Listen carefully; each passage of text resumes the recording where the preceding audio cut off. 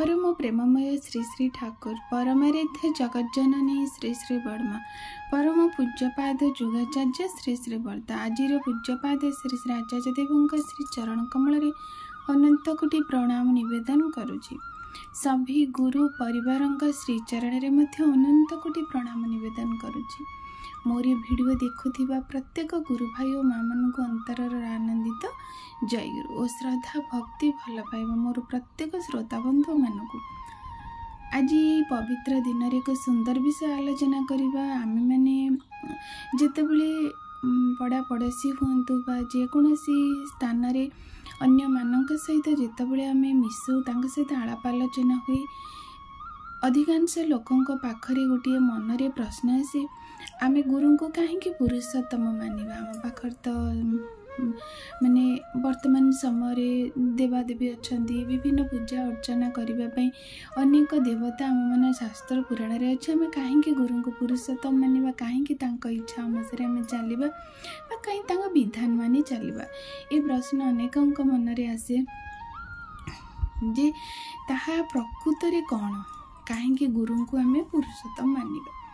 देखो प्रथम कथा है मानिबा न मानिबा निर्भर करे निज उपरे कहीं कारण आमे माने सब आमे माने मानिबा न मानिबा आसे तो विश्वास उपरे आमे माने विश्वास संसारी सब किछि करू विश्वास करू बोली प्रथमे आमे माँ पाखरु क्षीरटी आमे ग्रहण करू स्तन्यपान माध्यम रे कहीं कारण विश्वास अच्छी माँ से स्तन्यपान माध्यम रे हमको अमृत ही दौची से विष भरी दौनी विश्वास गोटे निर्बोध बालकर मध्य रही। तापरे विश्वास माने देखो गोटे मेडिसिन आम खाऊचे से कौन आम प्रमाण खोजुचे जुक्ति लगाऊचे जे मेडिसिन टी प्रकृति मो शरीर आरोग्य हम तो मेडिसिन किसी विष नहीं तो प्रकृत में जी मेडिसिन तैयारी कर पाखरे अभिज्ञतार बा से भली सर्टिफिकेट किसी रही से प्रश्न आणुना किते पैकेट खाद्य आम मैंने घर मगे खाऊ जुआड़े जाऊ आम खाऊ से प्रश्न आम करूना खाद्यटी कौटी होपरी अवस्था से मोर माने कौन विषाक्त द्रव्य मिसेची ना नहीं से आम मैंने सन्देह करूना अविश्वास करूना ताकू ग्रहण करूँ। ट्रेन रे जाऊ फ्लाइट रे जाऊ बस रे जाऊ जेकोसी स्थान रे आमे जाऊ निश्चिंत रे आमे बसी जाऊ ड्राइवर उपरे समस्त विश्वास भरोसा को रखी ठीक सही परी मनीषर जेतेबेले माने प्रत्येक ये संसार रे प्रत्येक क्षेत्र रे हमको विश्वास आमे करू किंतु जेतेबेले गुरु कथा आसे मनीष सामने सेतेबेले मनीष विभिन्न प्रश्न करे से प्रमाण हमको देखाओ से गुरु माने से पुरुषोत्तम बोली कौ शास्त्र लिखाई आउ से प्रकृति भगवान बोली तांकर किसी अलौकिक घटना अच्छी कि नहीं आमको सीटा दिखातु ये सब प्रश्न आसे। यही प्रश्न किंतु आसे निज विवेक रु आसेनी केवल मनरू आसे कहीं मनीष जीवन रे जेतेबेले गुरु बा सदु बा आदर्श को ग्रहण करने को जाए सेतेबेले सी गोटे रूल रेगुलेशन भितर आबद्ध हो जाए कौन सी भूल को से सहजे करि पारे ना बा ग्रहण करि पारे ना से भगवान माने मनीष गुरु को ग्रहण करि पारंती नहीं कारण से सब भावे मु जन को ग्रहण कली जीवन रे ता मन भितर गोटे भय रही मुझे ग्रहण करी विधान रे न चलिले मोर मंगल हो किंतु जानिनी मंगलर पथ को मंगलर बाट को सी अवज्ञा करी निजर अमंगल करुच्ची ना कि जीवन रे ग्रहण करी किछि हुए तो आमिष खाइबे कौटी मना करा जाइछि मना तो करा जाइनि केवल आमिष शरीर खाद्य शरीर दरकार माने अनावश्यक बोली बारण करा जाइछि हम शास्त्र विधि विधान प्रत्येक क्षेत्र में ब्रह्म मुहूर्त उठा मुझे ब्रह्म मुहूर्त न उठिली मोर मंगल हो कि कौन सी गोटे विधान ठाकुरंकर अच्छी से विधान जदि मु परिपालन न कली मोर अमंगल हो से किंतु अमंगल हुए ना कारण से भक्ति रे बंधा भगवान कौन सी देखती गोटे भक्तर से किपरि भाव मते करुची बा केते आडंबर रे करुची को भाव रे करुची सी देखती से କେଉଁ ମନୋବୃତ୍ତିରେ କରୁଛି, ତା ଭାବଟା କେଉଁଠି, ତା ଶ୍ରଦ୍ଧା କେଉଁଠି, ସେଇଟିକକ ସେ ଦେଖନ୍ତି। ସେଇଥିରେ ହିଁ ଆମମାନଙ୍କର ମଙ୍ଗଳ। ଧରାଯାଉ ଆମର ବ୍ରହ୍ମ ମୁହୂର୍ତ୍ତରେ ଉଠି ଇଷ୍ଟବୃତ୍ତି ନିବେଦନ କରିବା, କୌଣସି କାରଣବଶତଃ ହଉ, ଶରୀର ଅସୁସ୍ଥତା ଯୋଗୁଁ ଯଦି ଗୋଟିଏ ମଣିଷଟି ଟିକେ ଡେରି ହୋଇଯାଇଛି ବା ବିଳମ୍ବ ହୋଇଯାଇଛି, ସୂର୍ଯ୍ୟ ଉଦୟ ହୋଇଯାଇଛି, ତାହେଲେ କ'ଣ ଈଶ୍ୱର ତାଙ୍କୁ କୌଣସି ଦଣ୍ଡ ଦେଇଦେବେ? ସେଥିରେ କୌଣସି ଦଣ୍ଡ ନାହିଁ। କାହିଁକି?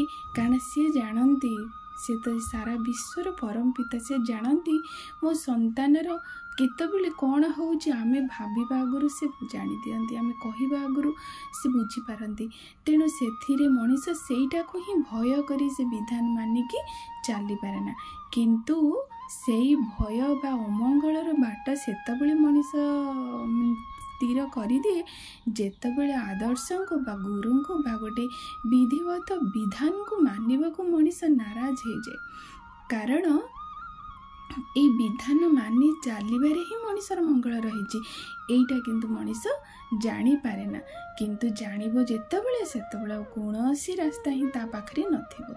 ତେଣୁ ବିଶ୍ୱାସ କେତେ ଆମ ପାଖରେ, ଠାକୁରଙ୍କ ପାଖରେ ପାଇଁ କିପରି ରହିବା ଉଚିତ, କିଭଳି ଭାବରେ ବିଶ୍ୱାସ ହେଲେ ପରମପିତା ସ୍ୱୟଂ ହିଁ ଆସି ଆମ ପାଖରେ ସେ ଉପଲବ୍ଧି ଆମେ କରିପାରୁ। ଠାକୁରଙ୍କର ଗୋଟେ ବାଣୀ ରହିଛି, ତୁମେ ଯଦି ତାଙ୍କ ପାଖକୁ କୌଣସି ଯୁକ୍ତିର, କୌଣସି ଯେମିତି ତର୍କର ମନୋବୃତ୍ତି ନେଇକି ଯିବ, ନିଜ ପାଖରେ, ତାଙ୍କ ପାଖରେ ନିଜକୁ ହିଁ ଦେଖି ଠକି ଚାଲି ଆସିବ। କିନ୍ତୁ ଯଦି ଶ୍ରଦ୍ଧା, ଭଲ ପାଇବାର ବାଟରେ ତାଙ୍କ ପାଖକୁ ଯିବ, ସେଇଠି ତାଙ୍କୁ ତୁମେ ଉପଲବ୍ଧି କରିପାରିବ। ସେ ଆପଣା ଛାଏଁ, କାରଣ କଥାରେ ରହିଛି, ସୁନ୍ଦର ବାଣୀଟିଏ ରହିଛି, ପ୍ରେମୀକୁ ସଙ୍ଗ କର, ପ୍ରେମୀକୁ ସଙ୍ଗ କର ଆଉ ତାଙ୍କୁ ଉପଲବ୍ଧି କରିପାରିବ। ହୁଏତ ବାଣୀଟି ଠିକ୍ ସେ ମନେ ପଡ଼ୁନାହିଁ, କିନ୍ତୁ ଯଦି ପ୍ରେମୀକୁ ସଙ୍ଗ କର ଆଉ ତାଙ୍କୁ ହୃଦୟରେ ଅନ୍ତରତମ ଭଲ ପାଅ, ତାଙ୍କୁ ତୁମେ ଉପଲବ୍ଧି କରିପାରିବ ଆଉ ସେ ଆପଣା ଛାଏଁ ତୁମକୁ ଧରା ଦେବେ। କିନ୍ତୁ ଯଦି ଯୁକ୍ତିର ଖଡ଼୍ଗ ନେଇ ଆମେ ତାଙ୍କ ପାଖକୁ ଯିବା, ତାଙ୍କ ପାଖରେ ଆମେ ନିଜକୁ ହିଁ ଦେଖି ଚାଲି ଆସିବା। ଏହି ଉପରେ ଗୋଟେ ସୁନ୍ଦର ଘଟଣା ମୁଁ ଆପଣମାନଙ୍କୁ କହୁଛି। ଶ୍ରୀ ଶ୍ରୀ ଠାକୁରଙ୍କ ସମୟର କଥା। ଜଣେ ବିଶିଷ୍ଟ ସାହିତ୍ୟିକ ଯାଇଥିଲେ ଶ୍ରୀ ଶ୍ରୀ ଠାକୁରଙ୍କୁ ଦର୍ଶନ କରିବା ପାଇଁ। ସିଏ ଯାଇନଥିଲେ, ସିଏ ଯାଇଥିଲେ କଲିକତାର କୌଣସି ଏକ ବହୁତ ବଡ଼ କନଫରେନ୍ସକୁ। ସେଠାରେ ତାଙ୍କର କିଛି ଗୋଟେ ଥିଲା, ବହିର ପବ୍ଲିସିଟି ଥିଲା, ସେ ସେଠାକୁ ଯାଇଥିଲେ ତାଙ୍କ ସପତ୍ନୀଙ୍କ ସହିତ। ଯେତେବେଳେ ସେଠାକୁ ସେ ଯାଇଥିଲେ, ଶ୍ରୀ ଶ୍ରୀ ଠାକୁରଙ୍କର କେତେଜଣ ଭକ୍ତ ତାଙ୍କୁ ନେଇ ଆସିଥିଲେ ଶ୍ରୀ ଶ୍ରୀ ଠାକୁରଙ୍କ ପାଖକୁ ଦର୍ଶନ କରିବା ପାଇଁ। ଠାକୁରଙ୍କ ପାଖକୁ ନେଇ ଆସିଲେ। ସେମାନେ ଠାକୁରଙ୍କ ବିଷୟରେ ସେଇ ସାହିତ୍ୟିକଙ୍କ ଆଗରେ ବହୁତ କିଛି କହିଥିଲେ। ଠାକୁର ଅନ୍ତର୍ଯାମୀ, ସେ ସବୁ ଜାଣିପାରନ୍ତି। ସେଭଳି ସାହିତ୍ୟିକ ଏଭଳି ବାଣୀ ପ୍ରଦାନ କରନ୍ତି, ତାଙ୍କ ସାହିତ୍ୟ ବଡ଼ କୌଣସି ଡିକ୍ସନାରୀରେ ମିଳେ ନା, ସହଜରେ ବୁଝି ହୁଏ ନା। ସେ ବହୁ ତତ୍ତ୍ୱ ଏଭଳି ଭାବରେ ବହୁ ଭାବରେ ଠାକୁରଙ୍କର ବିଷୟରେ ସେ ସାହିତ୍ୟଙ୍କ ଆଗରେ କହିଥିଲେ। ତାଙ୍କର ବହୁତ କୌଶଳ ହେଲା, କହିଲେ ସେ ତ ବହୁତ ବଡ଼ ପଣ୍ଡିତ ଜଣେ, ତେଣୁ ପଣ୍ଡିତଙ୍କ ପାଖରେ ପଣ୍ଡିତଙ୍କ ବିଷୟରେ କହିଲେ। ତାଙ୍କଠୁ ଯେତେବେଳେ ଅଧିକ ତାଙ୍କ ଆଗରେ କହିଲେ, ତାଙ୍କୁ ଦେଖିବାକୁ ଭାରି ଇଚ୍ଛା ହେଲା।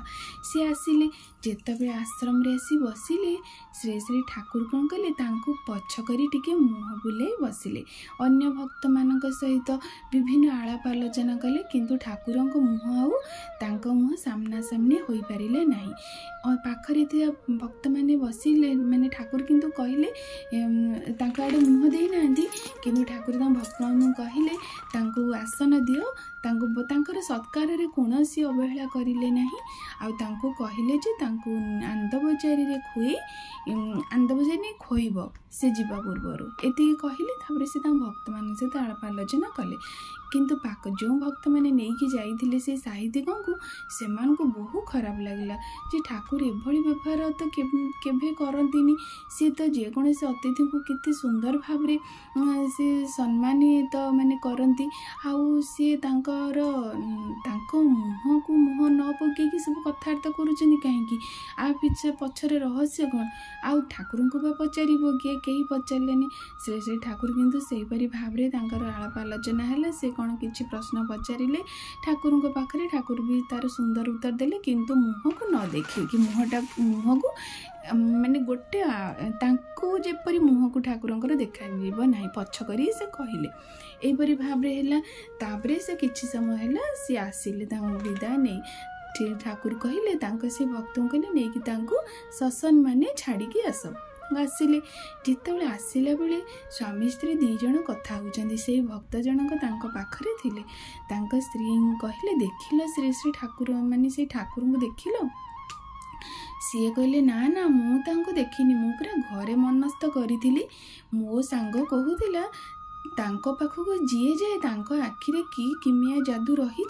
सी आउ से आश्रम फेरिकी आसेना पाखक से मो मनस्थ करी मु गले मो मुह ही देखेबिनी ये कथाटा जितेबाला शुणिले स्त्री पाखर भक्त जनक से चिंता कले अरे ठाकुर को माने से तो अंतर्जामी से मनरु स्थिर करते आसिला माने ठाकुर को मुह को देखेबिनी किंतु कहीदेले तो किंतु एठी आसी तांकर से बाबद मन नहीं स्त्री जहाँ आलाप आलोचना होइथिला किंतु ठाकुर तो अंतर्जामी से मुह को से देखे नथिले तापरे से छुटी आसिले ठाकुर से भक्त जनक ठाकुर श्रीचरण गड़ी गले कहले ठाकुर मु आपन को केते कथा कौन भाभी किंतु आपन जो अंतर्जामी से कथा मु जाने आज जानिली से ठाकुर कहले अरे कौन है कि ना एमिति एमिति कथा जहाँ से पत्नी तांकर कहले ठाकुर कहले सी परा मनस्थ करी आसीथिला मो मुह से देखबनी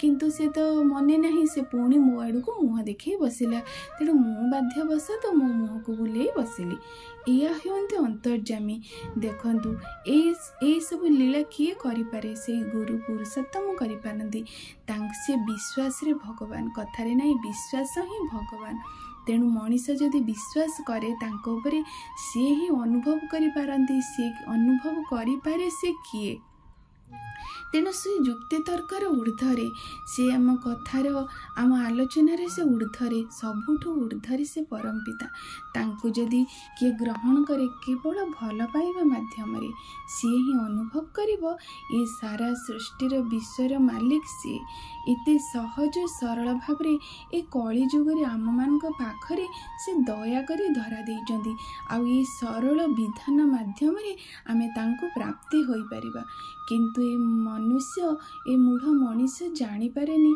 प्रकृत रे सी आमे काहे ग्रहण करिबा काहे विधान रे जिबा सेटा तो अनुभव कथा विश्वास कथा तेणु समस्ते विश्वास करी थरे भल पाइकी देखंतु निज पाटी रे निजे अनुभव करी कहिबे जे परम पिता ही स्वयं जुग पुरुषोत्तम तेणु आशा करी आपन के आलोचना प्रेरणादायी हो प्रेरणा माने मय हो आपण जीवन पाई आलोचना ऊर्जिमय हो आलोचना ही आपण को ईश्वर को भल पाइबा पाई एक माध्यम हो रहुची आपणकर समस्त मंगल परम पिता श्री चरण निवेदन करी रखुचे जय गुरु।